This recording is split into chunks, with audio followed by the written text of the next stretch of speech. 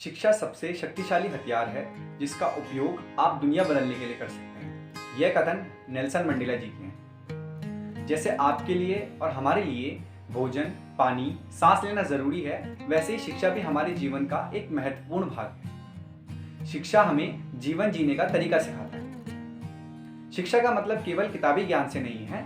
शिक्षा का मतलब है व्यवहारिक ज्ञान, सोचने समझने की क्षमता, किसी का सम्मान करना, किसी का आदर सत्कार करना। ये सब चीजें शिक्षा में शामिल होती हैं। मान लीजिए कोई व्यक्ति है, वो बहुत विद्वान है, लेकिन उसे किसी का सम्मान करना नहीं आता, तो उसके लिए वह शिक्षा व्यर्थ है।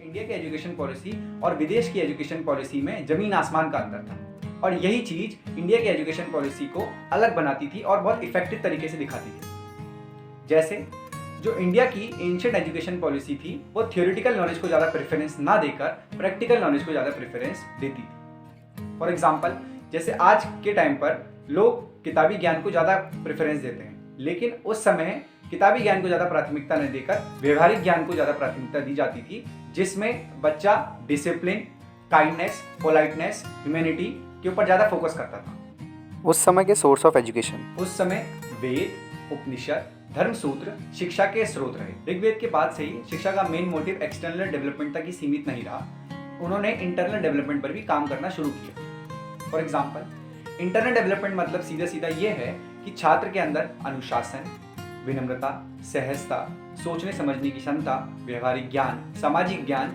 जैसी चीजों को वो अपने मस्तिष्क के अंदर डेवलप कर सके।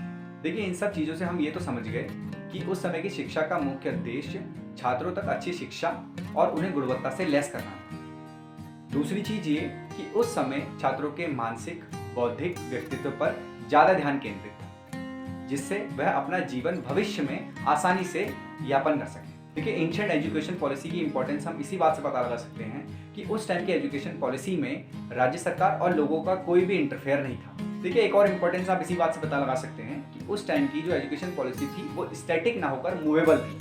मूवेबल मतलब मैं आपको समझाता हूँ। प्रेजेंट टाइम में इंडिया में एनसीईआरटी सिलेबस कंडक्ट करता है। अब जो चीज़ मैंने पढ़ी वही चीज़ 10 साल बाद कोई नया बच्चा आएगा, वही वो चीज़ पढ़ेगा।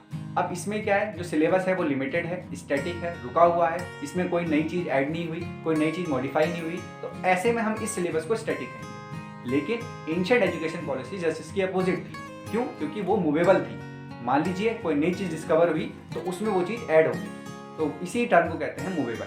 सवाल ये है कि किन चीज़ों की सहायता से उस समय की शिक्षा प्रणाली को आगे बढ़ाया गया।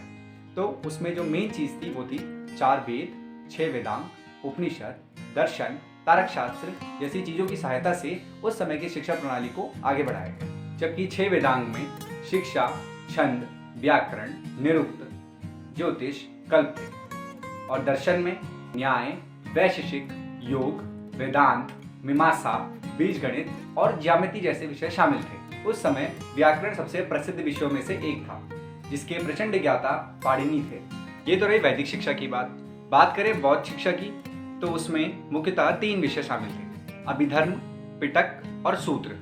भारत की प्राचीन शिक्षा प्रणाली पूर्णतः मौखिक और बहस के माध्यम से कराई जाती थी। प्राचीन शिक्षा प्रणाली का मुख्यतः राजनीति, धर्म, संस्कृति पर ज़्यादा ध्यान केंद्रित था।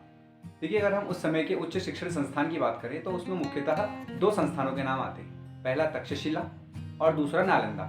देखिए, तक्षशिला एक प्राचीन शहर था जो कि वर्तमान में उत्तर पश्चिम पाकिस्तान में स्थित है। यह उस समय का सीखने का और शिक्षा का बहुत प्रसिद्ध केंद्र था। दूसरी चीज ये कि इसको संयुक्त राष्ट्र संघ द्वारा विश्व धरोहर भी घोषित किया जा चुका है। देखिए, दूसरी ओर अगर नालंदा की बात करें तो ये भारत के बिहार राज्य के राजगीर में स्थित है और इसको यूनेस्को द्वारा विश्व धरोहर घोषित किया गया। एक बार हमने सभी चीज़ों पे बात कर ली है, एक बार इस चीज़ों पे भी बात कर लेते हैं कि एंशिएंट एजुकेशन पॉलिसी के क्या क्या प्रॉफिट थे।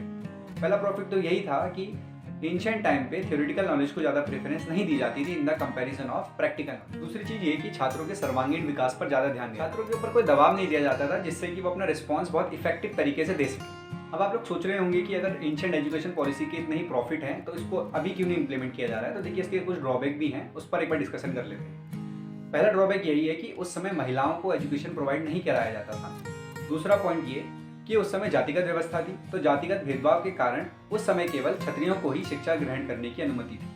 तो क्या आपको लगता है कि कि अगर एंशिएंट एजुकेशन पॉलिसी में कुछ सुधार किया जाए तो क्या वर्तमान में उसे इम्प्लीमेंट किया जा सकता है।